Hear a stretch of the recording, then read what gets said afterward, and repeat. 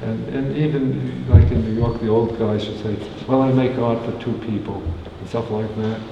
And I wanted to make an art that could be across the board. That was the idea. More accessible. And I like it so everyone can understand it, Yeah. and fancy friends can't.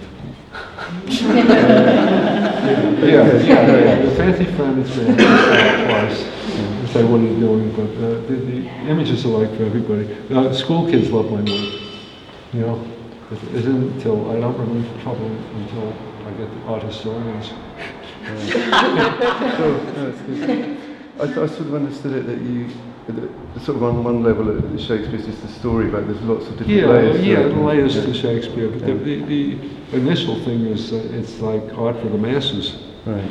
You know, and it's kind of, if you compare it to the French plays Racine, it's kind of really crude. Right. Yeah, but I prefer the Joyce. Yeah. We were wondering whether they're portraits of the person with a painting of them behind. Is there? No, I don't know what they are in a way. It was like an accident. I had a show in Hanover, and she wanted something different. So I said, well, I've done a nude every 5 years. Why don't we just get them all together? And so, which is a great idea. And then when we started to put it up, we started thinking about it. I said, well, there's two paintings I really like, and the rest of them was just plain ordinary. And I got hysterical, and I said, I'm going to paint nudes. And this guy, Ricker or something, it's like the playboy of the Western world. He has all these great girlfriends. He said, I got a great girlfriend for you, you know? And paint nude, you know? And he started doing this. So I painted a lot of his girlfriends, great beauties. And this girl, he said, this great girl, well, she went back to Brazil. So I'm all finished with the show. I said, great, I'm going to go look at another nude. And he comes in here with this girl and says, the show's over and everything, and he says, what do you think? And I took one look and I said, wow, you're dynamite, Miss Brazil. Miss Brazil? Yes.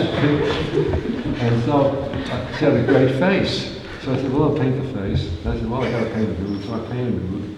And I said, I really don't feel like painting another nude, and I don't feel like doing another portrait. I'll put them on the same canvas, you know, make something different. And I made something different. It was a bingo. Yeah. And the scale's right. You know, just scale's right. So I said, well, let's then see how many I can do. And I ran out of gas, I guess, on the last 8. It was one after it, and I had to figure another way of extending it. You know, that's it. I did 4 and I got bored.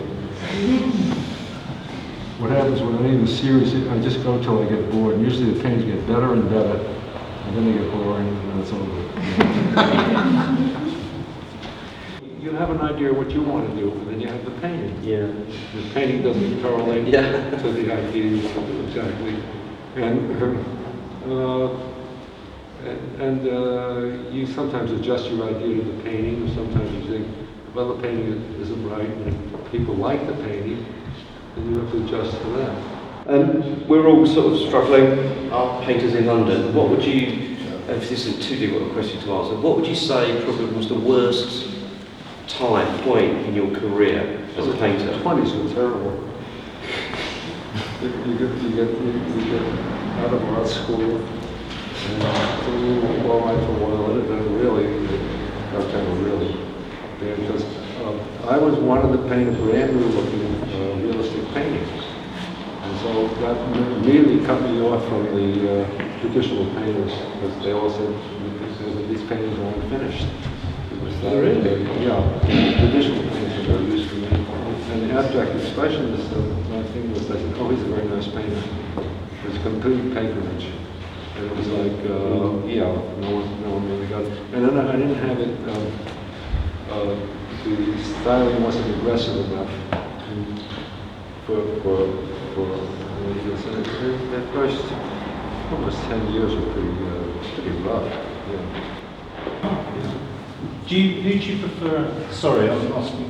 Cézanne, Van Gogh. Yeah, different things. They're very different things. I think Van Gogh is much better technically. It's very hard to do the things he did with paint, to put these big slabs of paint on paint wet. And I think he's a little limited. He's like a 14-year-old genius to me. And I think he painted maybe more masterpieces than Cezanne. Cezanne's technique breaks down in places. You can't get, there's trouble getting across a volume sometimes. You think it's so But he has a very strong vision. And he was like the first artist I really latched on to. I think, because he was so, I thought they were very emotional. I like the emotional content of it, and I like the substance of him, you know. So it's difficult to know how much to absorb from other artists and how much to react against some of the Well, that's the way it is. I think the whole thing has to do with what you like and what you don't like. And you build on that, and that's called taste. And you're not born with taste, it's developed. That's what you go to art school for, to learn taste. Maybe that's a good place to end with the term art school, because that's what we're doing at the moment. I think the gallery are kind of wanting us to round up a little bit. Can I just say many, many thanks for your generous time, insight into your practice, and what fantastic paintings. Alex, One more thing. fantastic. There's a book I made, pretty much most of this. It's called Invented Symbols, and by Product Press. Oh, yeah, I've seen it. Do you have one? Yeah, anyhow, you can pick it up, that would be nice to it. It's like an art bibliography. We'll get one. Developed. We'll get one. I think it would be very helpful to students. Many, many thanks.